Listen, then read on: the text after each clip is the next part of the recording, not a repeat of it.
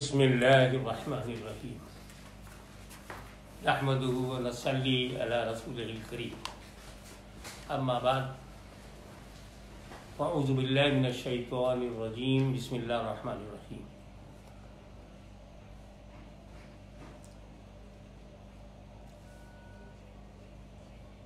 वाक़ीमुस सलात व आतुज़ ज़कात। सदक़ल्लाहु मौलाना अल-अलीयुल अज़ीम व बल्लगना रसूलुहुन नबियुल अमीनुल करीम व नहनु अला ज़ालिका लमिनश शाहिदीन व शाकिरीन वल्हम्दुलिल्लाहि रब्बिल आलमीन।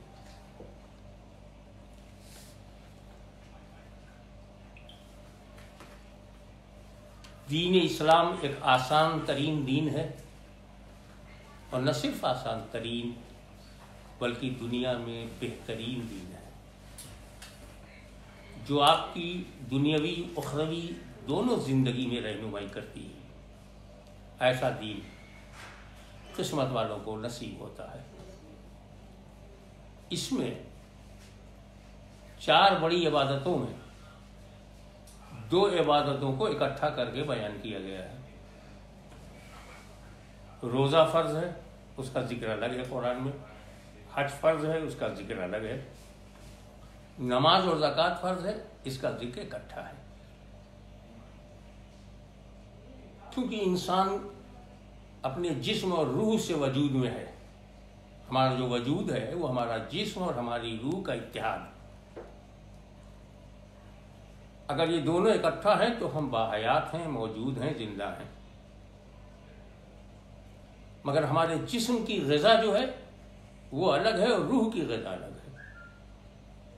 जिस्म की ग़िज़ा रोटी कपड़ा मकान है, जिस्म की ग़िज़ा पानी है, जिस्म की ग़िज़ा दवाएं हैं, जिस्म की ग़िज़ा राहतें हैं और मादियात हैं, और रूह की ग़िज़ा नमाज है। नमाज रूह में बालिदगी पैदा करती है। तो रूह की ग़िज़ा और जिस्म की ग़िज़ा हमारे वजूद में जिस तरह इकट्ठा है, ऐसे कुरान पाक ने इसको एक आयत करीमा में इकट्ठा करके ये बताया है कि नमाज की अहमियत रूह के लिए है और ज़कात की अहमियत जिस्म के लिए है और ज़रूरियात के लिए। अब दूसरी अहम बात जो सामने हमेशा रखना चाहिए वो ये है कि हालात हाज़िरा, तक़ाज़ाए वक्त और रिक्वायरमेंट्स ऑफ पीरियड। हमारे उलमाए हक़ ने हम दूसरे मौलवियों का गारंटी नहीं लेंगे, ज़मानत नहीं लेंगे, क्योंकि वो बेज़मानत घूम रहे हैं। उलमाए हक़ का ये फैसला है कि अगर कोई मुद्दई इल्म किताब व सुन्नत हो, हाफिज़ कुरान, मुफस्सिर कुरान हो, जुज़ियात फ़िक़्ह उसको मुस्तहज़र हो, लेकिन अगर वो तक़ाज़ाए वक्त को नहीं जानता तो फ़हुवा जाहिल। ये रस्मुल मुफ्ती में मुत्तफ़क़ा फ़ैसला है। वो लोग नादान हैं जो बात दीन की करें और हालात को नज़रअंदाज करें। आज के हालात जंग से भी ज़्यादा नाजुक हैं। आज के हालात वो तमाम बातें जो इंसानी अखलाकियात में हैं, मिलना मिलाना, गले मिलना, मुसाफा करना, आज के हालात में ये सब मना है। जमाअत जो सुन्नत मुअक्कदा है आज के हालात में मुमकिन नहीं है। जुमा जो फर्ज है उसमें इज्तिमा करना आज के हालात में मुमकिन नहीं है।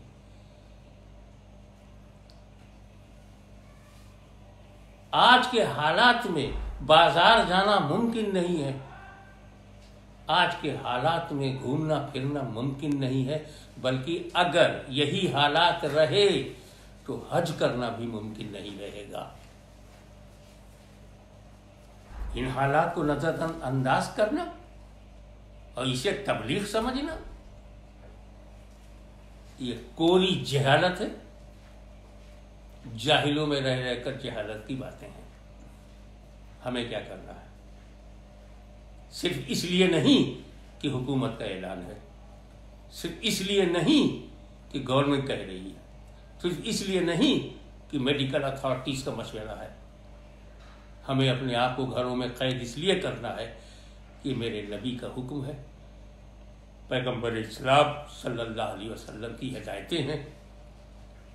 ऐसा नहीं है यह कोरोना कोई आज नई एक वबा बन के आई हो, माजी में भी वबाएं आई, मक्का और मदीना भी वबाओं के घेरे में आया, लेकिन सरकार दो आलम सल्लल्लाहु अलैहि वसल्लम की सिलसिले में जो हिदायत हैं कि वबा आ जाए तो वबा ना देखो, अपने आप को देखो कि तुम कहाँ हो।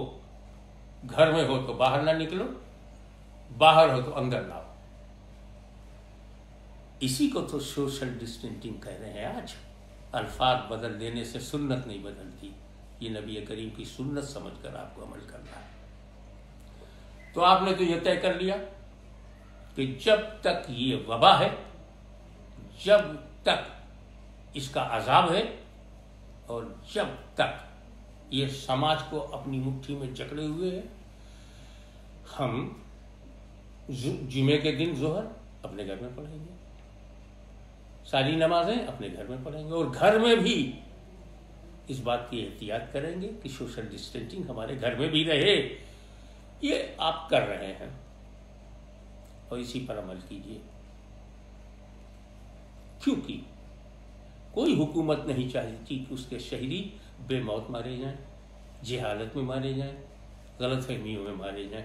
इसलिए आप देखते हैं कि मीडिया के जरिए आपको रोज़ाना तंबीह की जाती है, मशवरे दिए जाते हैं, नसीहतें की जा रही हैं।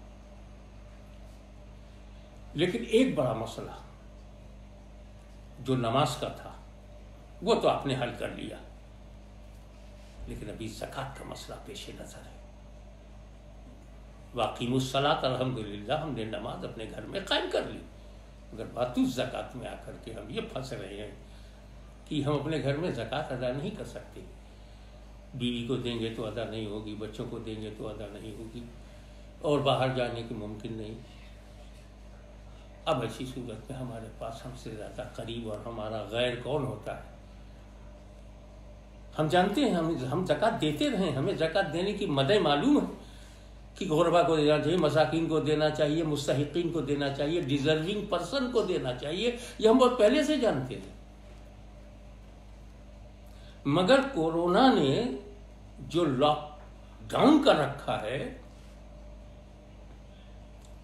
हम शहर से बाहर ही नहीं जा सकते। हद तो ये है कि हम मोहल्ले से बाहर नहीं जा सकते, मोहल्ले वाले हमसे नहीं मिल सकते। कि ज़कात की अदायगी में जो अमलन आदतन जो हमारी आदत थी उसके मुताबिक हम अदा नहीं कर पा रहे हैं।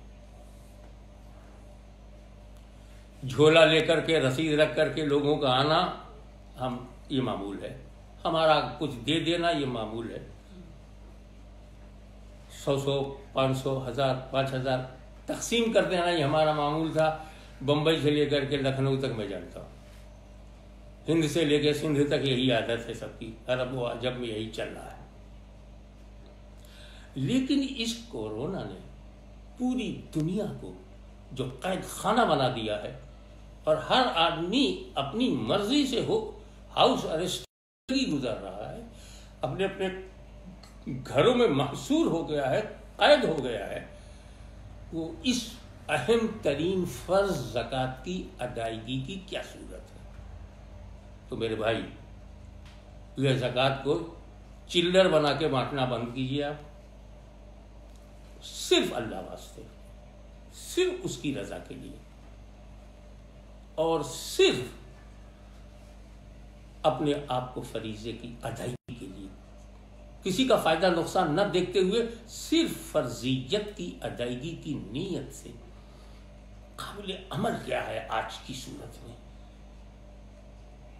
आज की सूरत में सिर्फ काबिल अमल बनता है, ना आपका मुल्क बनता है कि आप मुल्क में बांटिए, ना आपका सूबा कि आप सूबे में अपनी ज़कात बांटिए, ना ज़िला कि आप अपने ज़िले में बांटिए, ना टाउन एरिया की आप उसमें बांटिए। सिर्फ बचता है आपका पड़ोस, सिर्फ आपका पड़ोस। इस साल अपनी ज़कात आप अपने पड़ोसियों को मुकम्मल तौर से दे दीजिए, 4 घर पड़ोस के हैं तो 4 में बांट दीजिए, 10 हैं तो 10 में, 2 हैं तो 2 में। अदायगी ज़कात भी हो जाए और पड़ोस जो बेबसी और बेकसी की जिंदगी गुजार रहा है, सूखे धान की तरह है, उसमें हरियाली आ जाएगी आपकी ज़कात की इस नई बारिश से। पड़ोस के बारे में याद रखिएगा, ये सोशल मैटर हमारा सिर्फ नहीं है।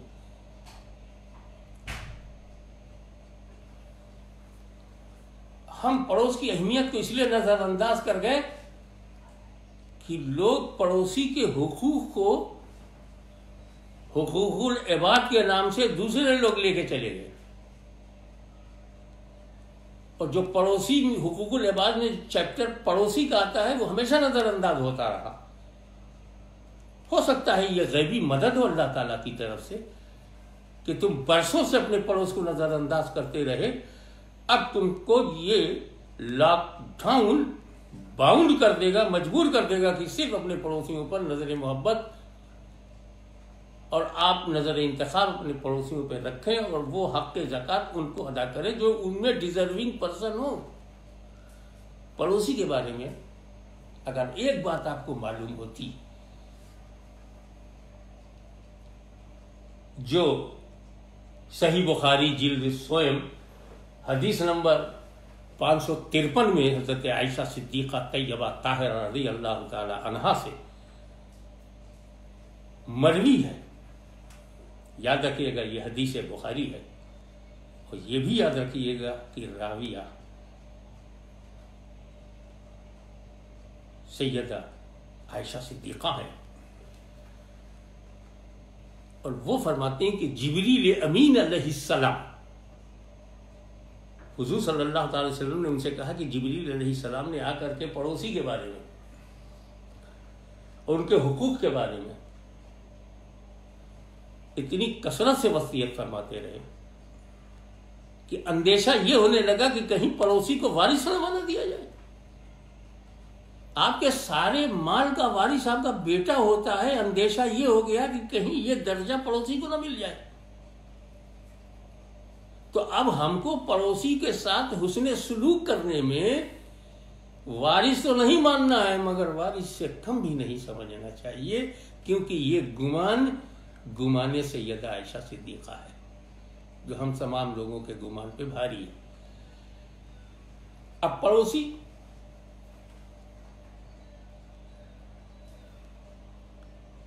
ऐसे भी हो सकते हैं जो मुसलमान भी हों और आपको अजीज भी हों, ऐसा भी पड़ोसी हो सकता है।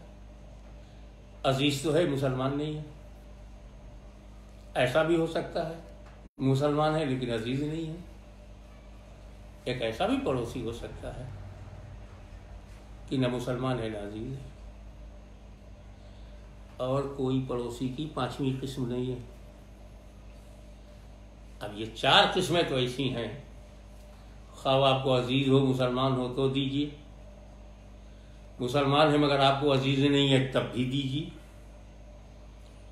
आपके पास मेरा कहने का, गुजारिश करने का मंशा ये है, आप लॉकडाउन न तोड़ें। मेरी गुजारिश ये है, आप मेडिकल नसीहतों का और कानून मुल्क का वायलेशन न करें। मेरी गुजारिश ये है कि आप मुल्की क़वानीन से टकराव न लें। घर बैठे रसूल पाक सल्लल्लाहु अलैहि वसल्लम की हिदायत पर अमल करते हुए अपनी सारी ज़कात अपने पड़ोस में मुस्तहिक़ीन में तक़सीम कर दें, और अल्लाह आपकी इस नीयत को कबूल फरमाए कि सिर्फ सुन्नत रसूल के मुताबिक आपने ये फैसला किया है और आपने अपनी तबीयत को किनारे करके शरीयत को आगे कर दिया है। वाखिर दवाना अनिल हम्दुलिल्लाह।